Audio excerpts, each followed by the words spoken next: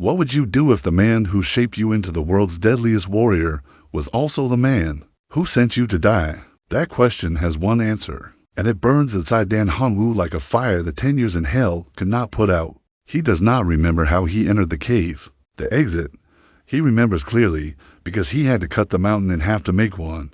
With a single thunderous sweep of his blade, a towering peak splits clean down the middle. The dust settles, a cave mouth yawns open at the base of the rock, and a lone figure steps out into the light. He clutches his sword, looks up, and exhales one involuntary word. Finally, he stands there for a long moment, doing nothing but staring at the sky. So it really is blue. That is the first thought of a man who has just survived something the martial world does not have a name for. His name is Dan Hanwoo, and the memory of how this all started takes him back to when he was 10 years old. A man stood before 100 children with cold, measuring eyes and a voice that allowed no argument. That man was Master Chung-Yi, the most legendary figure the martial world had ever produced. His mastery of mechanisms, formation rays, and combat techniques had no equal. In his final years, he had created something called the Phantom Blade, a technique so devastating it shook the entire world when it appeared. But standing before those 100 children, he did not speak of legacy or greatness. He spoke of purpose, and purpose, in his mouth, sounded like a cave's door closing. 10 years from today, you shall be the saviors of this world. All you need to do is obey my commands. And let me remind those of you thinking about running, the entrance has been sealed with massive boulders. Anyone who tries to break through will bring catastrophe down on everyone else. Do I make myself clear? No one spoke, no one ran, and so the training began, and it was called the salvation of humanity. Every detail of their lives, what they ate, how they slept, the way they walked, all of it dictated by Master Chung-Yi's hand. The first technique he gave them was the Three Powers technique. A remarkable art capable of drawing in the energies of heaven, earth, and humanity all at once. Then came the Three Powers sword art, and after that, the Three Powers footwork. 3 years passed, and Master Chung-Yi gathered them again. The techniques I have given you are enough to bring you to the martial god realm. In the 7 years that remain, each of you must train until you have fully mastered this art. Now push open that door and go inside. And they obeyed, because what choice did they have? Beyond the door was a cave filled with eerie, shifting mist, and for one terrifying moment, every last child froze. Then they discovered what the mist actually was, condensed Kai. So thick and dense it was almost alive. Their bodies absorbed it, and their martial arts grew with every passing day.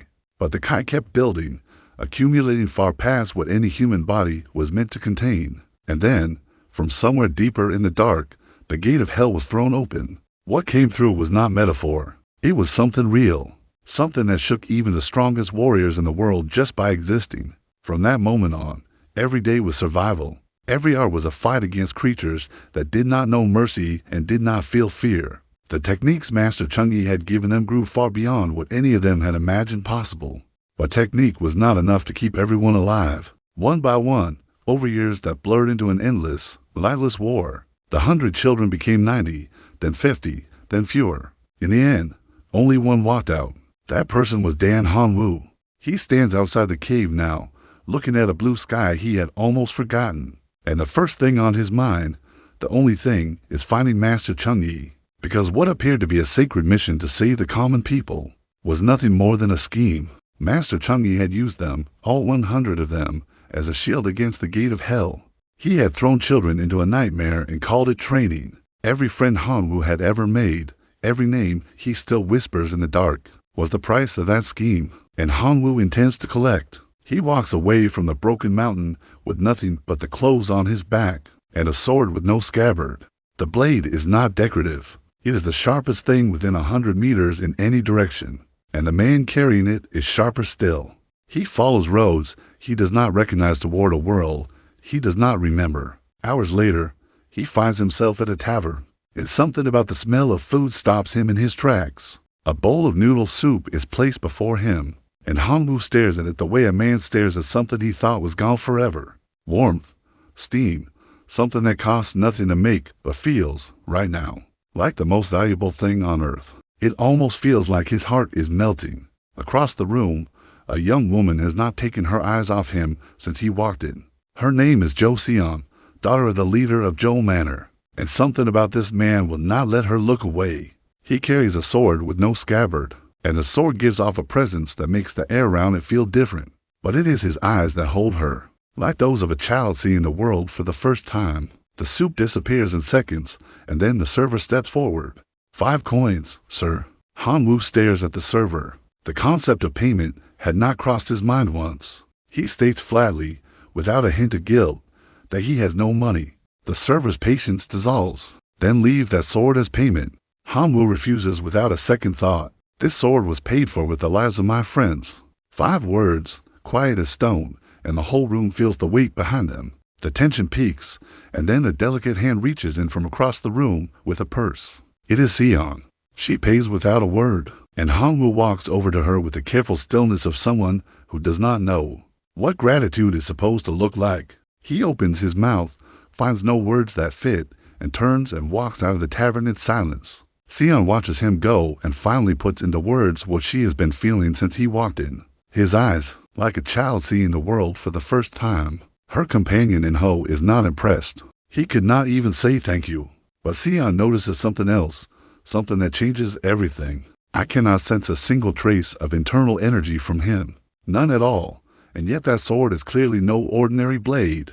If it is that rare weapon, walking around with it unsheathed is just asking for trouble. He needs a scabbard. She moves to go after him, but the chief of Joe Manor's escort agency stops her.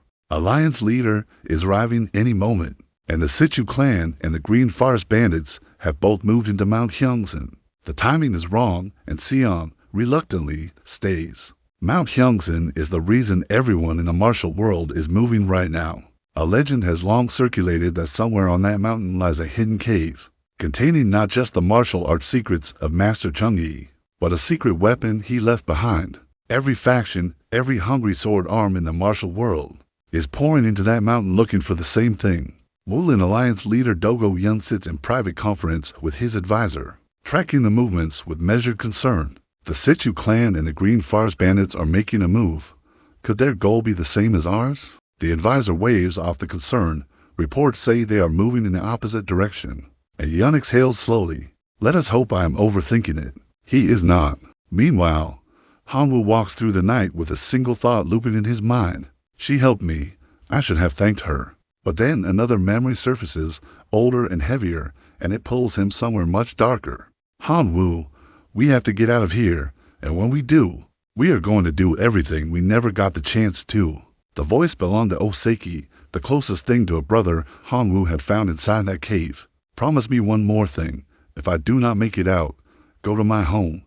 Tell my father everything. Han-woo had refused to accept the premise. We are both getting out. You are going to tell him yourself. But reality has never cared much for promises made in the dark. One day, mid-battle, a set of massive jaws lunged from behind Han-woo with no warning. In the razor-thin instant before impact, it was Seki who threw himself into the path and took the killing blow. Han-woo had knelt over him in the aftermath, raw and desperate, barely able to form words. Why? Why did you do that? You were always the strongest among us. You have to live. Seki's last breath carried the words. Tell my father I'm sorry. That memory is the other fire burning alongside the hatred for Master Chung-Yi. Both of them drive Han-woo's feet forward through the night, and without realizing it, he ends up back at the tavern. Sichuan is still there, and he still has not thanked her. But before he can step inside, a group comes rushing out the front doors. Stay close. We will complete Alliance leader's task tonight. Han-woo scans the group and spots Sichuan moving with them. Where are they going? He follows, and the group stops at the entrance to Mount Hyungsan, the very mountain he just walked away from. And the group behind them is headed there, too. What is everyone after? The answer comes fast and violent, because it always does in the martial world. A man named Bloodhand, master of Mount Little Evil, steps out of the forest with the Sichuan clan at his back. Finally found you. Yun orders everyone into battle formation, and both sides collide in an instant. The small fry fall quickly, and then Bloodhand turns his blade directly on Yun. Yun holds his ground, but he can see the numbers, and the numbers are wrong. Bloodhand lets out a booming laugh that echoes off the mountain. Master Chung-Yi's secret weapon, it is as good as ours. And that name, those 3 words, stop Han-woo cold. Master Chung-Yi. In one motion, he flicks his sword skyward, sending a scatter of rocks into the air, and then cuts through all of them with a single strike. The next second, a storm of stone fragments drops every last member of the Green Forest Bandits where they stand. The battlefield goes silent. Han Wu's voice cuts through the quiet like a blade. Tell me, where is Master Chung-Yi? No one moves, even Yun, who has faced some of the finest fighters in the martial world. Cannot believe what he just saw. Where did this man come from?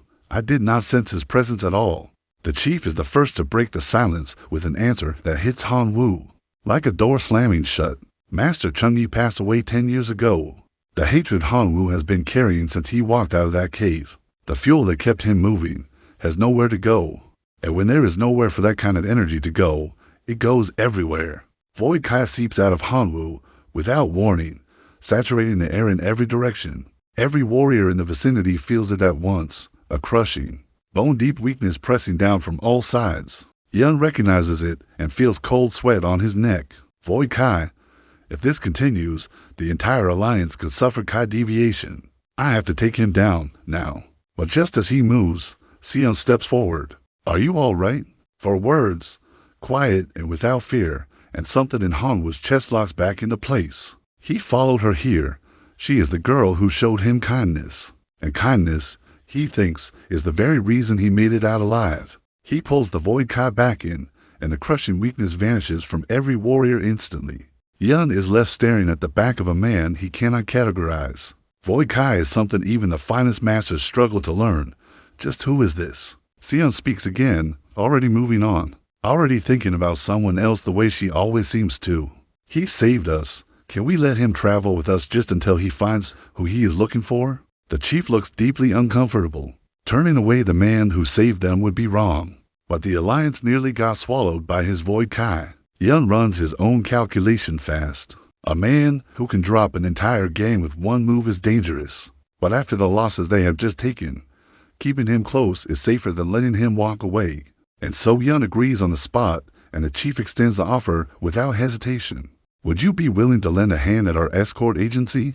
Han Wu looks at them both with genuine puzzlement. I would like to answer, but I do not actually know what an escort agency is. The silence that follows is the kind that can only be produced by a man who just wiped out an entire bandit gang and does not know what a job is. Sion steps impatiently and explains. An escort agency transports goods on behalf of clients and protects them along the way. Behind them, a short-haired man shakes his head in disbelief. What is this? Where did this hick even come from? But Payan Chul, deputy master of the Rising Dragon Hall, is not thinking about the man at all. His eyes have not left the sword. The sharpness radiating from that blade, it is something rarely seen. And he has already made a decision. Too many eyes right now. But once Alliance leader and the hall masters enter the mountain, that is when I make my move. The group presses on toward Mount Hyungsan, searching for the cave entrance from the legends, and finds nothing. The advisor suggests breaking open the mountainside. Yun hesitates, afraid that brute force will destroy whatever Master Chung-Yi left inside. Han Wu watches all of this quietly. The way he came out has already collapsed, but he can still feel it, a faint, unmistakable trace of Kai drifting from a specific point on the cliff face. That is Master Chung-Yi's Kai. He leaps without hesitation, landing silently on the sheer rock face above them all. Yun stares up at him. You know your way around here? Because this is where I used to live. Chul lets out a scornful laugh from below. So he has been living like an animal in these woods. No wonder he does not have a scabbard. Yun issues his orders sharply. The cave is for himself, the advisor, and the hall masters of Azure Dragon Hall. Everyone else holds the perimeter. He places a hand on Han Wu's shoulder. From here, leave it to us, stay out of it. Han Wu thinks it over and finds no reason to argue. Master Chung-Yi is dead. Whatever these people do here is no longer his concern. But Chul has not forgotten the sword. He and his companions step between Han Wu and Sion, and the short-haired man begins spinning a story. Who is to say this man is not a spy for the Green Forest Bandits? Maybe the whole rescue at the battle was staged, a setup between him and the bandits. So if you are truly innocent, hand over that sword for safekeeping. His eyes drift over the blade with unmistakable hunger. Han Wu draws the sword slowly, and what he says next is not a threat. It is simply the truth, delivered without flinching. This sword was entrusted to me by a friend who died. I will not be handing it to anyone. Not until I am dead myself. The two men shift their footing and the air between them sharpens. One pressing from the front, one sliding around behind, a pincer formation. A clash seems seconds away, and then Yun's voice cuts through from the cave entrance. Didn't I assign you to guard the perimeter? What is this? Both men sheath their swords immediately. Count yourself lucky. We will meet again. The moment they are gone, Sichuan rushes over. Are you okay? When she learns he is fine, she exhales in relief and then, as if just remembering, looks mildly embarrassed. Come to think of it, we still do not know each other's names. I am Joe Sichuan, and you? Dan Han-woo. That is a good name. Inside the cave, Yun and his men find nothing that matches the legends. No army of peerless warriors, no devastating secret weapon. Just a wooden box and a letter, both apparently left by Master Chung-Yi. The letter speaks of a figure called the Blood Demon, a being of terrifying power seeking to drag the entire martial world into chaos. To prevent this, Master Chung-Yi writes, I have raised 100 peerless warriors. I implore you, use them and stop the Blood Demon. To command these warriors, you will need the yin-yang goo contained within this box. Yun opens the box. Inside is a single orb containing what appears to be a goo, and nothing else. No 100 warriors, no secret weapon, just a letter and one small, strange object. But what troubles Yun is not the absence of the weapon. It is the rumors that have already begun spreading through every street and tea house beyond the mountain. Word is the Wulin Alliance found Master Chung-Yi's secret weapon. It is only a matter of time before they rule the martial world. Even if Yun denies it, no one will believe him. Someone is deliberately turning the entire martial world's attention onto the Alliance. And the first person Yun's advisor suspects is the one who provided the treasure map to begin with. The leader of Joe Manor. Even if Joe Il-yin is not that kind of man, there may be a spy hiding within the manor's walls. Yun weighs it carefully. It seems we need to send the right person to Joe Manor. Meanwhile, at the Hunan escort agency, Han-woo reports for work. He is assigned to Zhongchil, the kind of man who believes every new recruit needs an initiation. Han-woo's first words to Chil dissolve any chance of that going smoothly. You look built, but your arms and legs are short. Quite the funny shape you have got. Chil explodes. You got a death wish on your first day? Han-woo's hand moves to his sword hilt without thinking, and the look in his eyes sends cold sweat running down Chil's forehead. Something in that gaze is not the gaze of a man having a bad morning. It is the gaze of someone who has looked at death so many times that this moment does not even register as a threat. Chil suddenly remembers how late it is getting. Today's getting late. Let's just call it here. The onlookers barely hold in their laughter. That is Chil, who loves to throw his weight around, folding on the spot in front of a new hire. But inside, Chil has already begun planning his revenge. Just wait. Deep in the night, Chil eases out of bed and moves toward Han-woo's bunk. He walks straight into something solid and looks up. Han-woo is standing upright in the center of the room, eyes closed, completely still. Is this man sleeping standing up? Chil reaches carefully for the sword. Han-woo's eyes snap open. 1 second. Just 1 second of eye contact, and Chil stumbles back to his bunk like a man who has seen the edge of something he cannot name. It is only Han-woo's protective Kai. But the truth behind it is this. Those years in the cave, every moment of rest, every meal, every second of sleep, demanded constant alertness. Over time, sleeping upright with Kai running became habit, not a technique, just survival, worn into the body like a scar. The next morning, Han-woo shows up at the cargo bay and loads an enormous stack of freight onto a cart. With a few casual movements, the other porters stare. That new guy is something else. At this rate, he will take all our work. The morning breaks and Sichuan appears. She has been losing sleep over something Han-woo said to her, and she came here herself to find him. Don't ever say sorry. I never want to hear those words from anyone. She knows it is strange, losing sleep over one sentence from a man she barely knows. But she came anyway. Han-woo appears around the corner, and Sichuan, caught completely off guard, blurts his name before she could stop herself. She pivots awkwardly. How is it going? Is anyone giving you a hard time? And what do you like? What do you dislike? The moment the words are out, she cringes at herself. Han-woo answers simply, I like peace, and I hate when that peace is broken, and hearing a friend say sorry to me. Sichuan lights up from the inside. He called me a friend. I promise, she says, I will never say that word again. But But the martial world has no interest in anyone's idea of peace. Pai and Chul arrives at Joe Manor on alliance business with his sister Mary and a companion called Namgung Yang. Master Joe Ilyin welcomes them warmly. Chul is introduced as the Saber Dragon, one of Rising Dragon Hall's twin dragons, and Gyong is the Sword Dragon. But Chul's mind is not on diplomacy. Xian's eyes, he notices, do not land on him once. They keep drifting toward a porter across the yard. It does not concern him. Word is that porter just left on an escort run that takes months. That gives me plenty of time to change her mind. Mary watches her brother and sighs quietly. They are here on a surveillance mission, and he has his head completely elsewhere. The escort run is a long one. Destination Sichuan. The client is the Tang clan of Sichuan, one of the martial world's great powers, and what they are transporting has been kept tightly secret. Tang Hongwan, elder of the Tang clan, travels with the convoy personally, which tells everyone paying attention that whatever is in those carts matters enormously. Hanwu eats his meal at camp with the focused reverence of a man performing a ritual. Pio watches, bewildered. "I have never seen anyone eat like that." He explains the mission for months to Sichuan, but Escort Chief Ma plans to do it in a month and a half. Everyone in the convoy, guard and porter alike, runs at the pace of the horses. What Pio never expected was that Hanwu not only keeps up with the brutal pace, but arrives at their today checkpoint without so much as a quickened breath. A 4-day journey covered in two.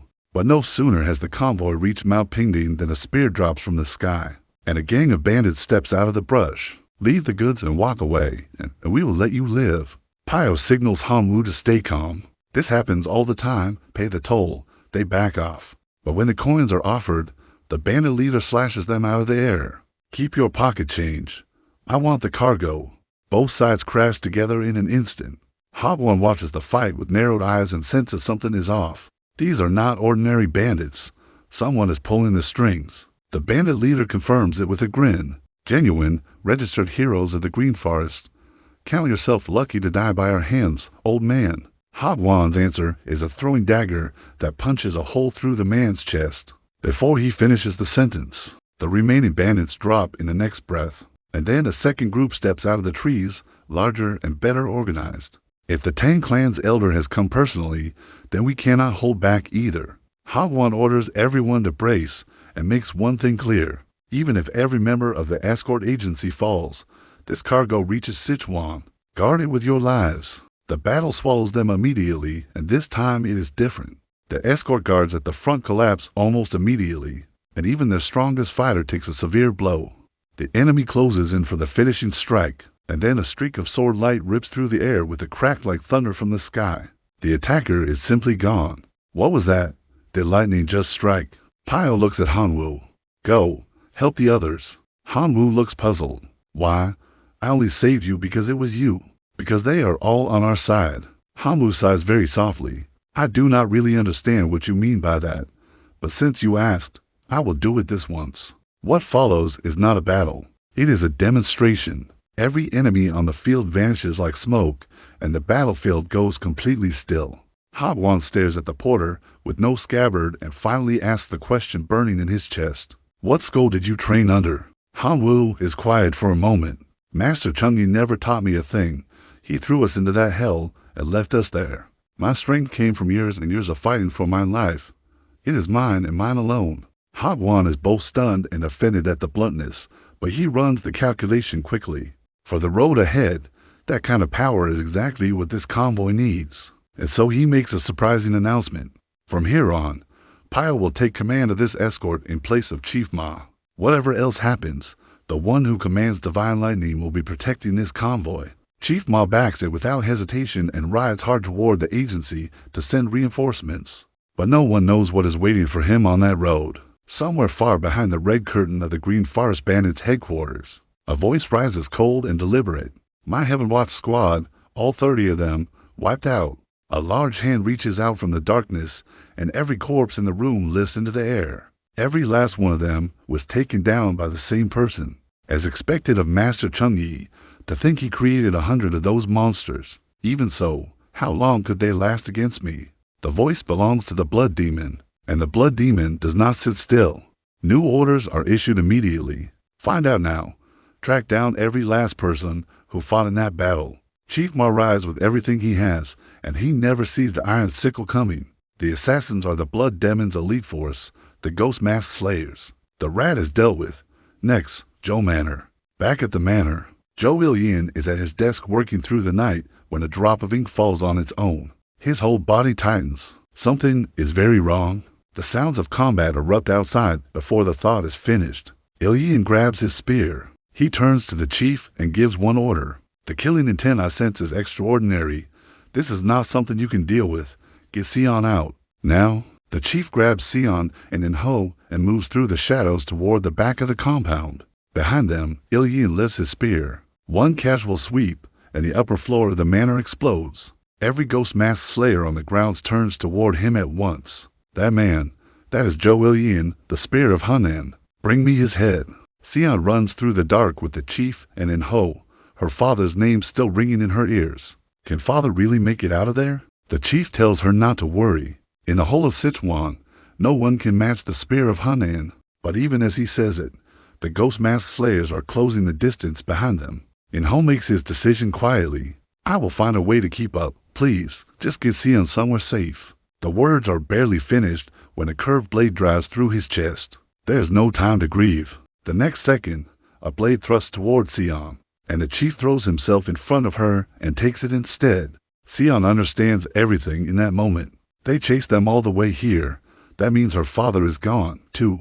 The lead Ghost Mask Slayer levels his sword. Impressive that you made it this far, but this is where it ends. And then divine lightning crashes down from above, shattering the sword before it falls. Han-woo steps in front of Sion. Out on the escort road, he had heard it clearly, a cry for help, her voice. And so he came. The Ghost Mask Slayers swarm in from all sides, and Han-woo places one hand gently on top of Sion's head.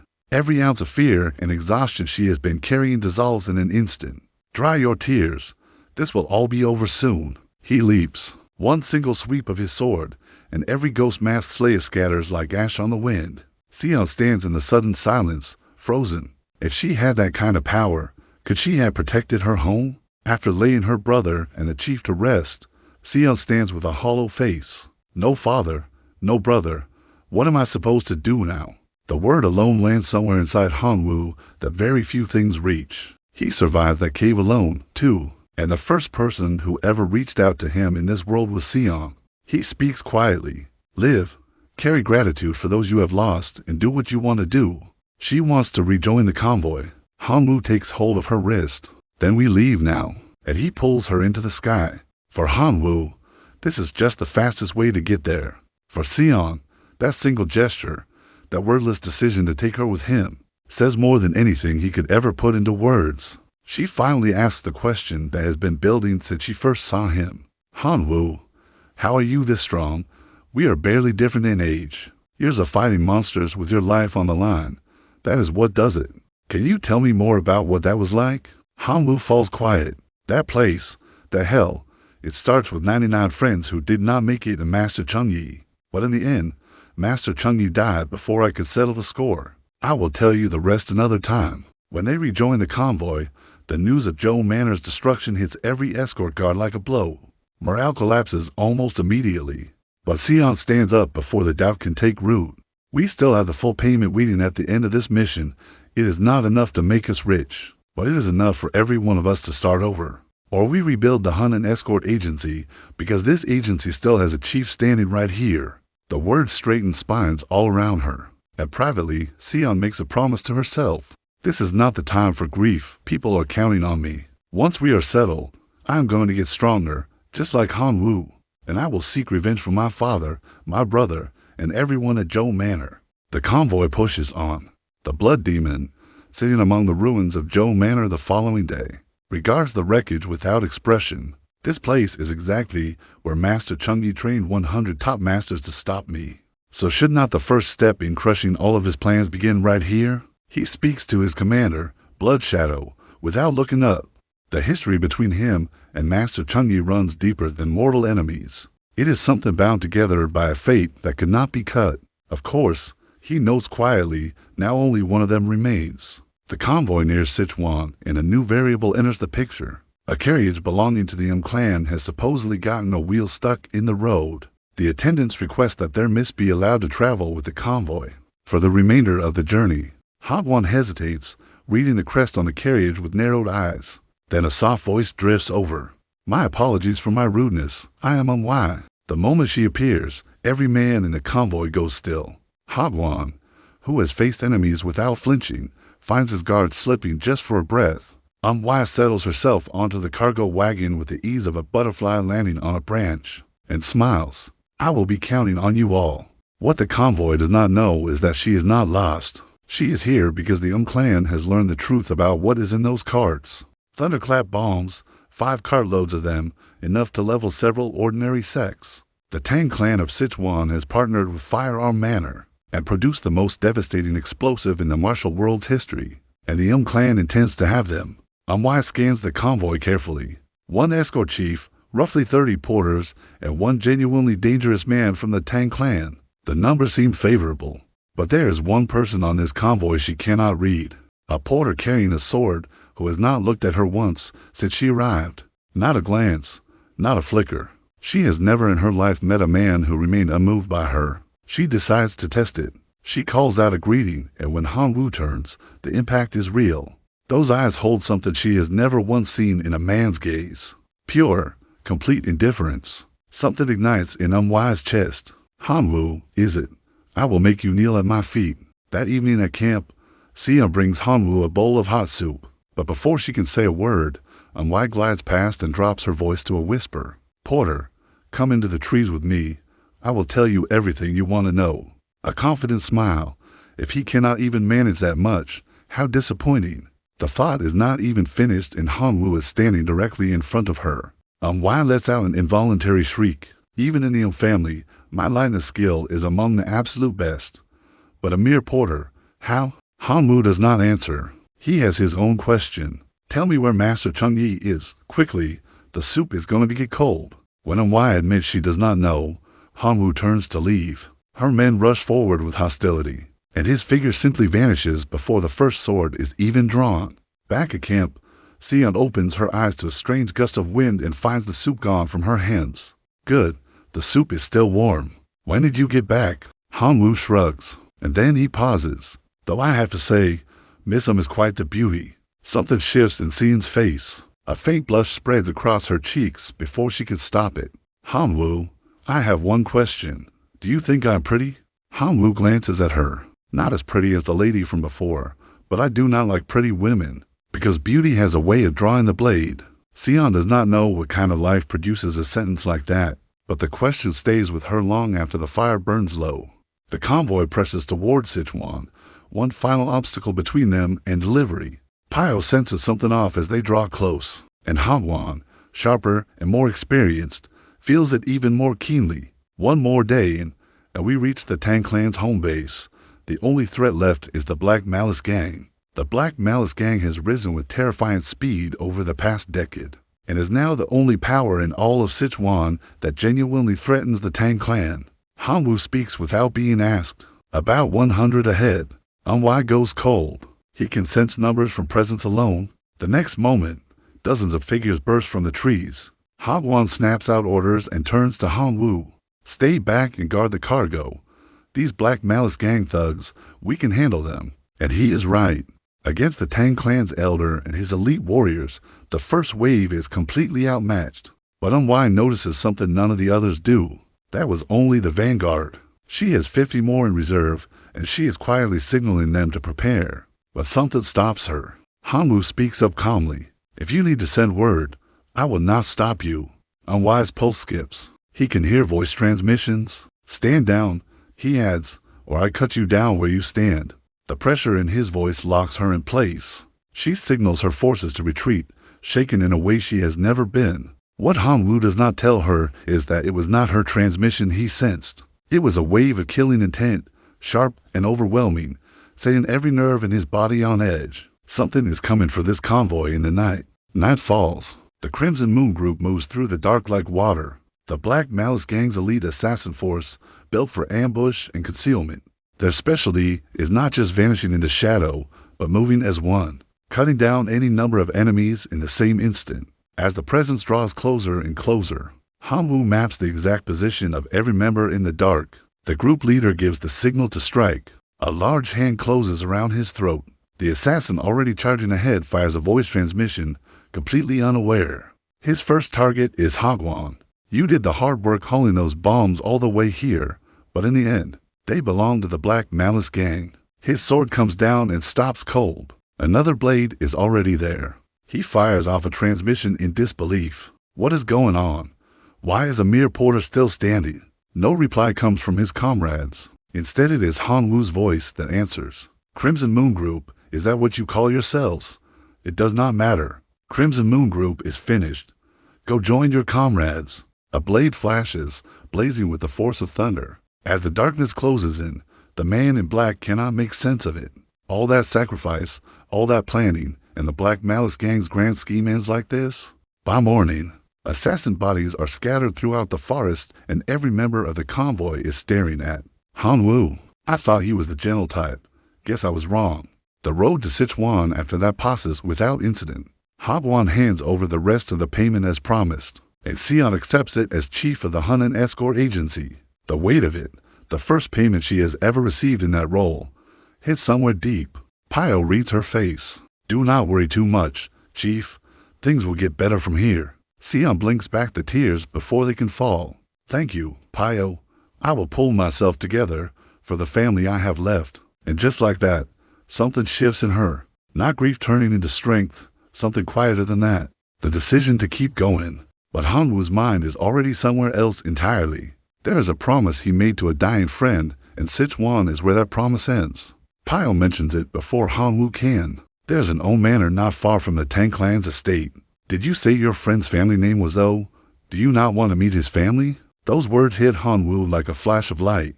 We head for O Manor immediately. They set out, and Amwa follows without being asked, because of course she does.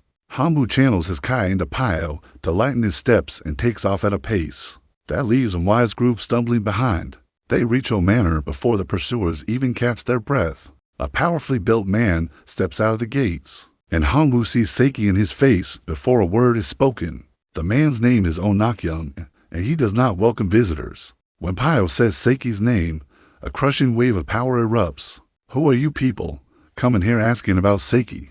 Hanwoo steps in front of Pio and pushes back with Kai to protect him. Nakyung reads it as provocation and draws his sword. The blade comes down toward Hanwoo's head. Hanwoo does not move. He blocks the strike using nothing but body-protecting Kai and does not strike back. Nakyung is stunned, and then a sharp voice cuts through from behind. Nakyung, you fool. How dare you treat a guest this way? How many times have I told you to keep that temper in check? The speaker is Obi-Wan, master of O Manor. Hanwoo delivers the truth once more, quietly and without decoration. Seiki is dead. He died saving my life. His last words were, "Tell my father I am sorry." Master O bows his head with a long, pained silence. So it is. Forgive us for keeping you standing. Please, come inside. Inside, the weight of 10 years fills the room. If my Seiki were still alive, he would be 20 this year. Are you the same age? Hanwoo nods, and Pio quietly does the math and realizes he is nearly twice Hanwoo's age.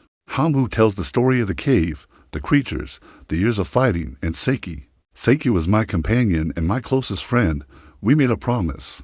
Whoever survived would visit the other's family. In that lightless hell, none of us ever knew if we would make it to the next day. He told me that if he did not survive, I should tell his father, "Your son has failed you." Those were his last words. He died saving my life. Master O listens, and through the grief, something else moves quietly through him, giving his life for a true friend. That is my son. Then Master O lifts his eyes and makes a decision no one in the room expects. From this day forward, you are my son as well. The room goes completely still. Hanwoo answers without hesitation. I will honor your command, father. Master O throws his head back and laughs, and it is the first real laughter O Manor has heard in 10 years. That is more like it. Prepare the feast at once. The manor comes alive with warmth and noise, and in the middle of all of it, Hanwoo slips away. Outside, the black and white moon halls of the Black Malice gang are closing in fast. Raise O Manor to the ground. The words are barely spoken before a voice reaches the Black Moon Hall Master from nowhere. You are not making it to O Manor. A bolt of divine lightning crashes down from the sky. The next instant, The Black Moon Hall Master is Ash. Before the shock can settle, the figures step forward into the firelight. Han-woo and Sichuan, side by side. No one ruins my father's evening. Not on my watch. The White Moon Hall Master barely has time to process what happened before Han-woo moves again. What follows is not a battle. It is the closing of an account. The Earth Dragon, second form of the three-power sword art, tears up from the ground like a living thing and sweeps through every remaining fighter. The ground surges and strikes like a dragon climb up from the earth, and then it is over.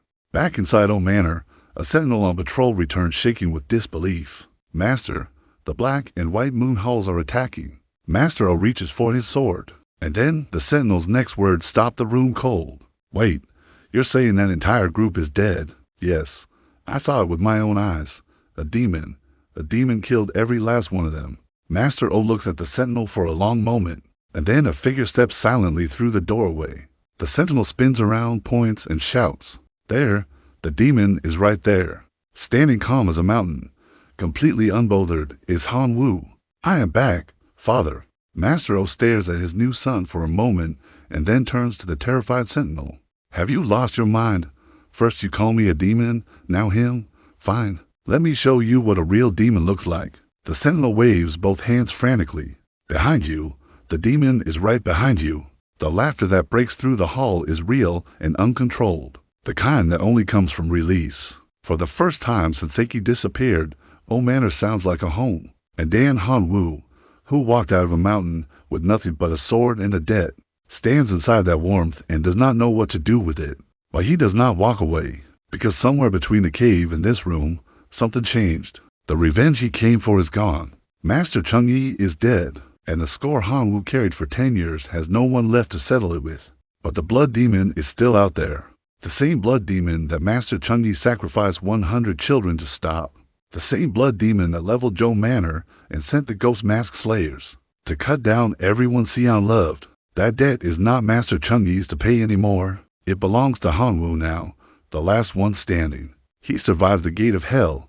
He carried Seiki's final wish across an entire country, and he found a father he never expected. The hatred that used to be his only compass has been replaced by something slower and steadier. Not peace, not yet, but purpose. Sichuan stands near the edge of the courtyard, looking up at the same sky Han-woo stared at the moment he walked out of that cave. She has lost her home, her family, and the only world she knew.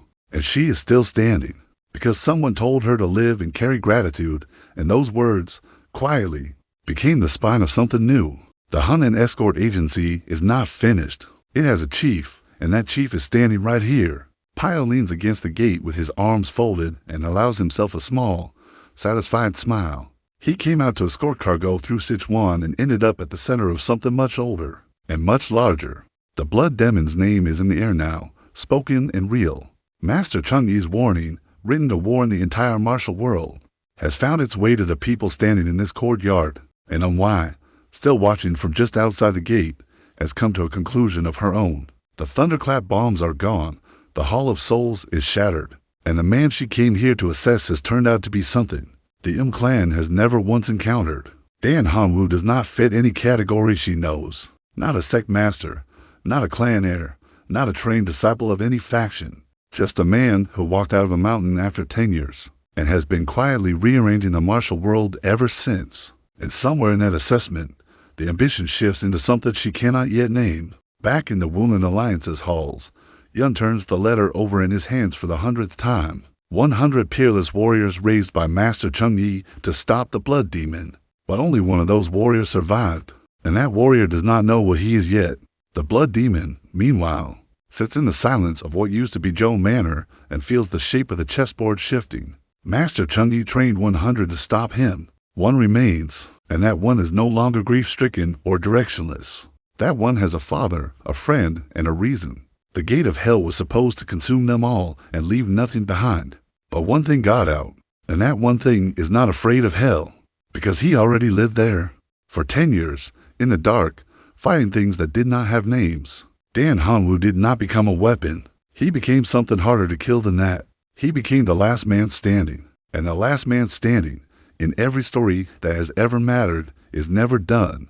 The sword with no scabbard rests against the wall of Joe Manor. It does not need one. The sharpness it carries belongs to every friend who did not make it out. 99 names carried by one blade, waiting for a reckoning that is no longer pointed at a dead man. It is pointed at whoever is still standing on the other side. And the blood demon, for the first time in a very long time, may have reason to feel something other than amusement. Han-woo sits down at the feast table and picks up his bowl. The food is warm.